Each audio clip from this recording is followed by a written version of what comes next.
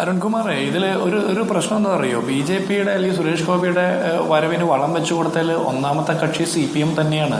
ഏറ്റവും അവസാനം നമ്മൾ തൃശ്ശൂർ പൂരം അലമ്പാക്കാൻ വേണ്ടിയിട്ട് അവിടുത്തെ പോലീസ് ഉദ്യോഗസ്ഥരുടെ നേതൃത്വത്തിൽ ശ്രമം നടത്തുകയും സേവാഭാരതിയുടെ ആംബുലൻസിൽ സുരേഷ് ഗോപി പാഞ്ഞെത്തുകയും ആരോടും ചർച്ച ചെയ്യാതെ തന്നെ പ്രശ്നങ്ങൾ അവസാനിക്കുകയൊക്കെ നമ്മൾ ചെയ്യുന്നത് കണ്ടതാണ്. ഇതൊക്കെ ചില തിരക്കഥകളുടെ ഭാഗമാണ്. കരുവന്നൂർ പോലെയുള്ള സംഭവങ്ങളൊക്കെ അവിടെയുണ്ട്. ഇതൊക്കെ സുരേഷ് ഗോപിക്ക് വഴിയൊരുക്കിയതിൽ ചില കാര്യങ്ങളാണ്. ഞാൻ നേരത്തെ പറഞ്ഞു പൂർത്തിയാക്കിയ പോയിന്റ് ഒന്ന് കംപ്ലീറ്റ് ചെയ്യാണ്.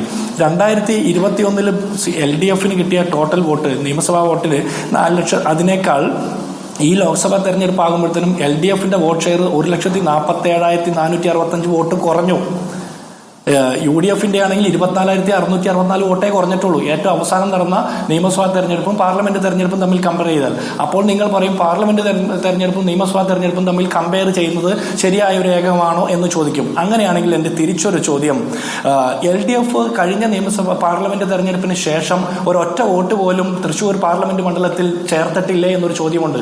പുതിയ വോട്ടർമാരുണ്ട്, 18 വയസ്സ് ചേർന്ന പുതിയ വോട്ടർമാരുണ്ട്, അല്ലാതെ അവിടെ സ്ഥലം മാറി വന്നവരുണ്ട്. അപ്പോൾ LDF ഒരു വോട്ട് പോലും അവിടെ ചേർത്തിട്ടില്ലേ? അങ്ങനെ ചേർത്തിട്ടുണ്ടെങ്കിൽ ആ വോട്ടുകളൊക്കെ എവിടേക്ക് പോയി? കോൺഗ്രസിൽ നിന്ന് വോട്ട് ഒഴുകി പോയതിനെ കുറിച്ചിട്ട് അരുൺകുമാർ പറയുമ്പോൾ കഴിഞ്ഞ ലോക്സഭാ തെരഞ്ഞെടുപ്പിന് ശേഷം CPM LDF അവിടെ ചേർത്ത വോട്ടുകളൊക്കെ എവിടെ പോയി? ഒന്നാമത്തത്. രണ്ടാമത്തത്, കഴിഞ്ഞ 2019 ലോക്സഭാ തെരഞ്ഞെടുപ്പിൽ BJPക്ക് അവിടെ 2,93,822 വോട്ടുണ്ടായിരുന്നു. അതിൽ നിന്ന് ഈ വർഷത്തെ ലോക്സഭാ തെരഞ്ഞെടുപ്പിൽ സുരേഷ് ഗോപിക്ക് കിട്ടുന്നത് 4,12,338 വോട്ടാണ്. അതായത് 2019 നിന്ന് 2024 ആകുമ്പോൾ BJPയുടെ വോട്ട് ഷെയർ 1,18,516 ആയിട്ട് വർദ്ധിച്ചു. അതിൽ നിങ്ങൾ പറയുന്ന 87,000 വോട്ടാണ് UDF നിന്ന് പോയതെങ്കിൽ ബാക്കി വരുന്ന 31,000-ലധികം വോട്ട് ആരുടേതാണെന്ന് കൂടി മറുപടി പറയണ്ടേ? അത് LDF UDF വോട്ടാണ് സുരേഷ് ഗോപി പിടിച്ചത്. അതിൽ കൂടുതൽ പിടിച്ചിരിക്കുന്നത് UDF എന്നതാണ് LDF വാദം. അപ്പൊ അങ്ങനെ പറയണം അരുൺ. അപ്പൊ അതിൽ അങ്ങനെ നമ്മൾ പറയുവാണെങ്കിൽ അത് കുറെ കൂടി ജെന്യൂൻ ആയിട്ടുള്ള ഒരു ചർച്ചയാവും. UDF മാത്രം പോയി എന്ന് പറഞ്ഞു വെക്കുന്ന രീതിയിൽ അരുൺകുമാർ ഇവിടെ പറഞ്ഞു പോകുമ്പോൾ ഞാൻ ഈ അരുൺകുമാറിനെ അല്ല, LDF പ്രതിനിധി അരുൺകുമാറിനെയാണ് ഉദ്ദേശിക്കുന്നത്. അദ്ദേഹം പറഞ്ഞു വെക്കുമ്പോൾ അത് അങ്ങനെ വിഴുങ്ങിക്കൊണ്ട് പോകാൻ ഞങ്ങൾ തയ്യാറല്ല. മൂന്നാമത്തെ കാര്യം, ഈ സുരേഷ് ഗോപി ലീഡ് ചെയ്ത 7 അസംബ്ലി കോൺസ്റ്റിറ്റ്യുവൻസിയിലും 7 ഭരിക്കുന്നത് 7 MLA CPM അതിൽ 1 കോൺഗ്രസ് ലീഡ് ചെയ്യുകയാണ് ചെയ്തത്, ഗുരുവായൂർ. ബാക്കി 6 BJP ലീഡ് ചെയ്യുന്ന ഉത്തരവാദിത്തം അവിടുത്തെ മന്ത്രിയുടെ മണ്ഡലം കൂടിയാണ്. ആ മന്ത്രി കൂടിയുണ്ട്.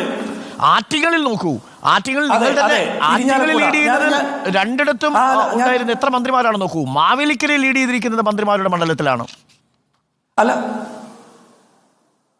അല്ല, ഞാൻ പറഞ്ഞു വരുന്നത് അതിലേക്കാണ്. തിരുവനന്തപുരം മണ്ഡലത്തിൽ നമ്മൾ തൃശ്ശൂർ മാത്രം ചർച്ച ചെയ്താൽ പോരാ. തിരുവനന്തപുരം മണ്ഡലത്തിൽ LDF സ്ഥാനാർത്ഥി പന്ന്യൻ രവീന്ദ്രൻ 3-ാം സ്ഥാനത്തേക്ക് പോകുന്നു.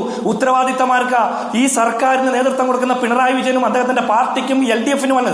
അവിടെ കഴക്കൂട്ടം, വട്ടിയൂർക്കാവ്, നേമം ഉൾപ്പെടെ 3 മണ്ഡലങ്ങളിൽ BJP 1-ാം സ്ഥാനത്തെത്തുന്നു. തിരുവനന്തപുരം ലോക്സഭയിൽ ഉത്തരവാദിത്തമാർക്ക് ആ 3 മണ്ഡലങ്ങളിലെയും MLA-മാരാ CPM-ന്റെയാണ്. ഇനി ആറ്റിങ്ങൽ മണ്ഡലത്തിൽ ആറ്റിങ്ങലും കാട്ടാക്കടയും അടക്കം 2 അസംബ്ലി കോൺസ്റ്റിറ്റ്യുവൻസിയിൽ BJP ലീഡ് ചെയ്യുന്നു. അവിടുത്തെ MLA ഉത്തരവാദിത്തമാർക്ക CPM-നും LDF-നാണ്. തൃശ്ശൂര് തന്നെ മണലൂര്, ഒല്ലൂര്, തൃശ്ശൂര്, നാട്ടിക, ഇരിഞ്ഞാലക്കുട, പുതുക്കാട് അടക്കം മന്ത്രിമാരുടെ അടക്കം കോൺസ്റ്റിറ്റ്യുവൻസിയിൽ BJP ലീഡ് ചെയ്യുന്നതിന്റെ മുഴുവൻ ഉത്തരവാദിത്തം കോൺഗ്രസിനാണ് എന്ന് പറഞ്ഞു വെച്ചാൽ അംഗീകരിക്കാൻ ഞങ്ങൾ തയ്യാറല്ല. ഇവിടെ സർക്കാരിനെതിരായിട്ടുള്ള അതിരൂക്ഷമായിട്ടുള്ള പ്രതിഷേധം ജനങ്ങൾക്കിടയിൽ ഉണ്ടായിരുന്നു. ആ പ്രതിഷേധത്തിന്റെ അത് വോട്ട് എൻക്യാഷ് ചെയ്യുന്നതിൽ BJP അല്ലെങ്കിൽ സുരേഷ് ഗോപി എന്ന് തന്നെ എടുത്തു പറയണം. BJPക്ക് അത് സാധിച്ചെങ്കിൽ ബാക്കി സ്ഥലങ്ങളിൽ അത് സാധിക്കണമായിരുന്നു, പക്ഷെ സാധിച്ചില്ല. സുരേഷ് ഗോപിക്ക് പ്രത്യേകിച്ച് അവിടെ സാധിച്ചു. അതുകൊണ്ട് വ്യക്തിപരമായി കൂടി അദ്ദേഹത്തിന്റെ പ്രഭാവത്തിൽ അദ്ദേഹം ജയിച്ചു. അതിന്റെ ഉത്തരവാദിത്തം ഞങ്ങളുടെ ഭാഗത്തുനിന്ന് സംഘടനാപരമായിട്ട് വീഴ്ചയുണ്ടായിട്ടുണ്ടെങ്കിൽ അത് പരിശോധിച്ച് നടപടി സ്വീകരിക്കും. പക്ഷേ മുഴുവൻ കോൺഗ്രസിന്റെ കുറ്റമാണെന്ന് പറഞ്ഞൊഴിഞ്ഞാൽ ഉത്തരവാദിത്വവും തങ്ങൾക്കല്ല.